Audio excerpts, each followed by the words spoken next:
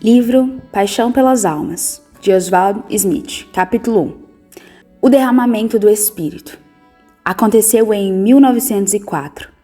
O país de Gales estava em chamas. A nação se afastara muito de Deus.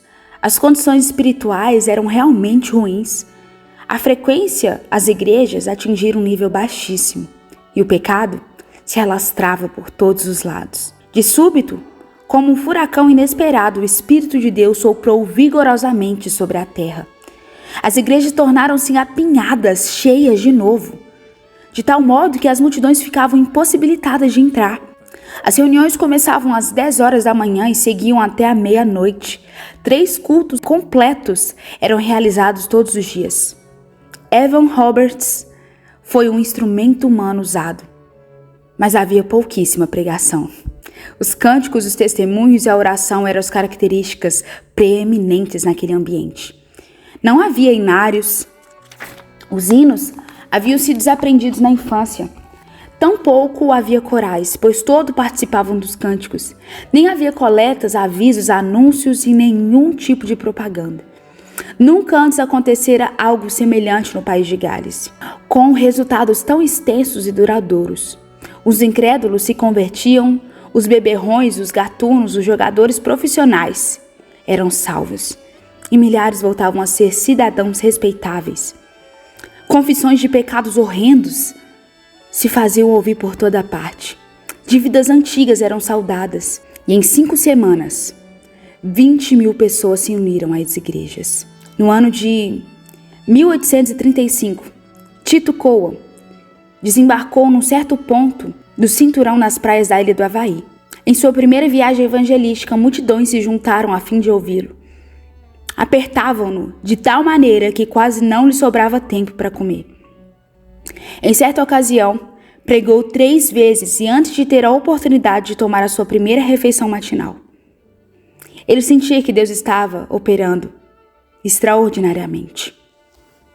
Em 1837, irromperam as chamas até então adormecidas. Os auditórios de Cowan passaram a ser quase que a população inteira. Estava ministrando para 15.000 pessoas. Era impossível ele atender a todos. As pessoas vinham até ele e estabeleceu-se ali uma igreja ao ar livre que durou 2 anos. Não havia uma única hora do dia ou da noite em que houvesse no culto menos de 2.000 pessoas convocadas ao toque de um sino. Havia tremor, havia choro, soluços e clamor em alta voz pedindo misericórdia. Às vezes, o barulho do povo era tal que nem se conseguia ouvir o pregador. Centenas de ouvintes caíam desfalecidos. Algumas pessoas clamavam: "A espada de 2 gumes está me cortando em pedaços." Um ímpio zombador que viera divertir-se caiu no solo como um cão raivoso e bradou: "Deus me feriu!"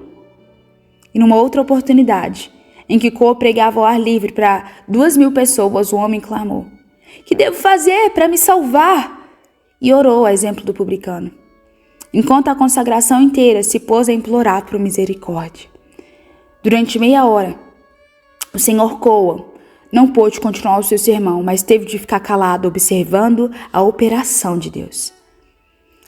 Contendas foram solucionadas, alcoólatras foram recuperados, adúlteros se arrependeram, homicidas confessaram seus crimes e se converteram, tendo sido perdoados. Ladrões devolveram os bens que haviam roubado. Muitas pessoas abandonaram seus pecados de uma vida inteira. E em um ano, 5.244 pessoas se uniram à igreja. Em um único domingo, houve 1.705 batismos. 2.400 cristãos se assentaram à mesa do Senhor. Homens e mulheres, outrora pecadoras, agora eram transformados em santos de Deus. Quando o Sr. Cowan partiu, ele mesmo acolhera e batizara 11.960 vidas. Na pequena aldeia de Adams, do outro lado da fronteira dos Estados Unidos, em 1821, um jovem advogado dirigiu-se a um local retirado nos bosques, a fim de orar. Deus veio ali e se encontrou com ele. Ele se converteu admiravelmente ao Senhor e pouco depois foi cheio do Espírito Santo. Esse homem se chamava Charles J. Finney. O povo, ao ouvir falar desse caso, interessou-se profundamente. E como que por um consenso, todos se reuniram no salão de cultos à noite. Finney esteve presente. O Espírito de Deus desceu sobre eles com extraordinário poder convincente. E assim teve início a um reavivamento. E daí se foi propagando pela região circunvizinha, até que finalmente quase que a totalidade da região leste dos Estados Unidos foi tomada por um poderoso reavivamento. Onde quer que o Sr. Finney pregasse, derramava-se o Espírito Santo com frequência. Deus ia adiante dele, de forma que ao chegar aos lugarejos, ele já encontrava o povo clamando por misericórdia.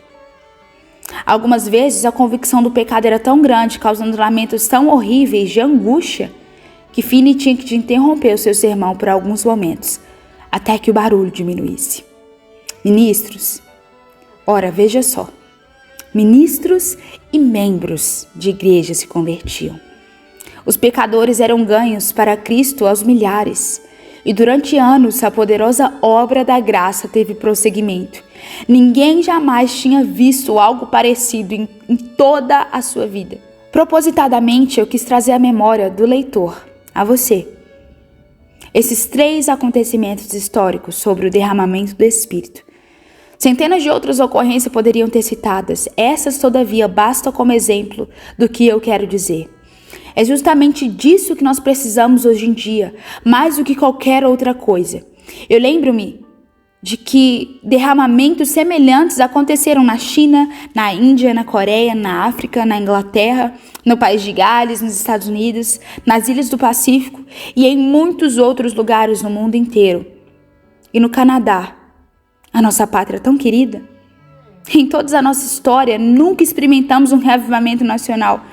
O meu coração clama a Deus, rogando-lhe por uma manifestação do seu poder. Será que precisamos de um reavivamento assim? Ouça. Quantas das nossas congregações estão quase vazias, com metade dos seus bancos desocupadas, domingo após domingo? Quão numerosa a multidão de pessoas que jamais entrou na casa de Deus? Quantas igrejas têm cultos de oração no meio da semana, frutíferos e prósperos, cheios de cristãos? Onde está a fome das coisas espirituais e as missões? As terras de além do mar, nas trevas pagãs. O que estamos fazendo pelas missões? Porventura, a essência de multidões se perecem, suscita em nós algum interesse amoroso? Será que fomos dominados pelo egoísmo? E o que se pode dizer sobre as tremendas riquezas com que Deus tem nos abençoado? Consideremos Estados Unidos, por exemplo, a nação mais poderosa do mundo, cujas riquezas, em sua maior parte, se acham concentradas nas mãos dos cristãos professos. Saiba que os Estados Unidos gastam mais por ano em goma de mascar do que no custeio de missões. Quantos cristãos estão devolvendo a Deus ao menos o dízimo, a 10ª parte daquilo que Ele lhes dá?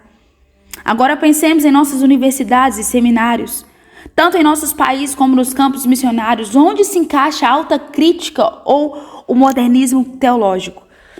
O ensino nesses lugares é que Jesus nunca realizou um único milagre, nunca ressuscitou dentre os mortos, não nasceu de uma virgem, não morreu em nosso lugar e não voltará para arrebatar a sua igreja.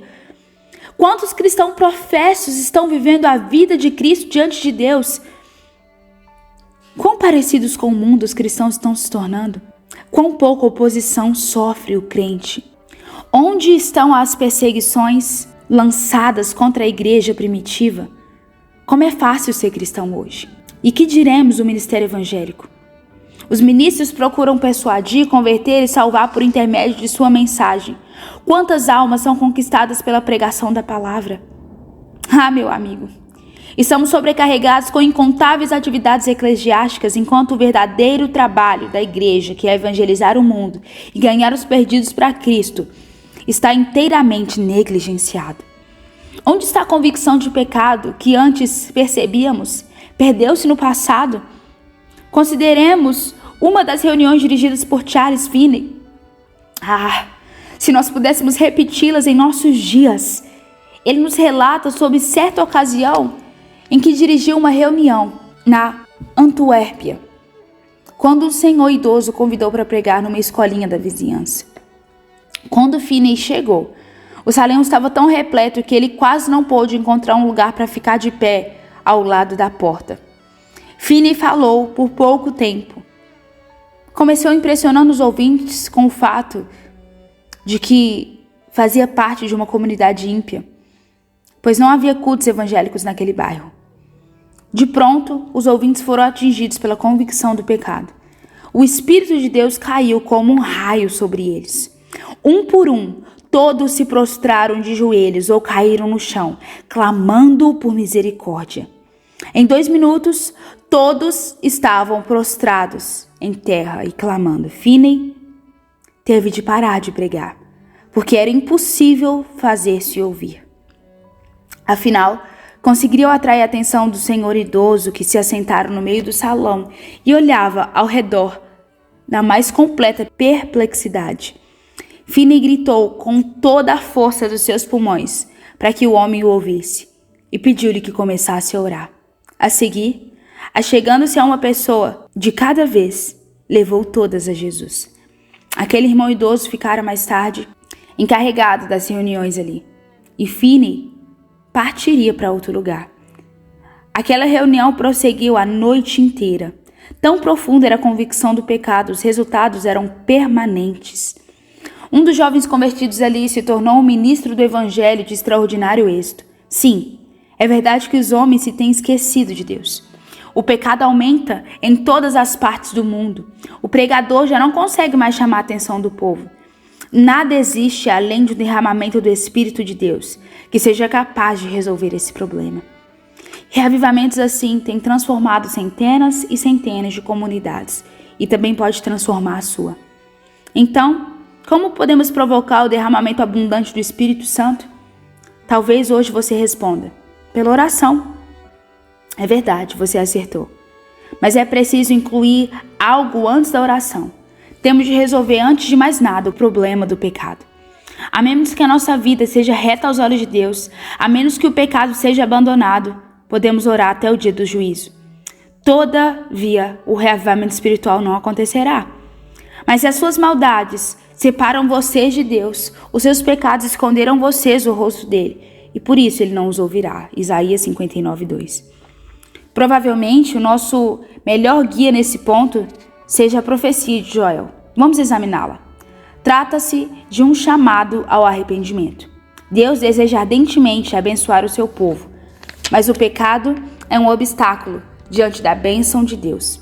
Deus, porém, é amoroso e compassivo, pois ele envia o terrível julgamento contra o seu povo. Encontramos a descrição do tal julgamento no 1º e no 2º capítulo de Joel. Os invasores já chegaram quase até os portões da cidade, mas o amor de Deus é infinito. Veja o que diz em Joel 2:12-14.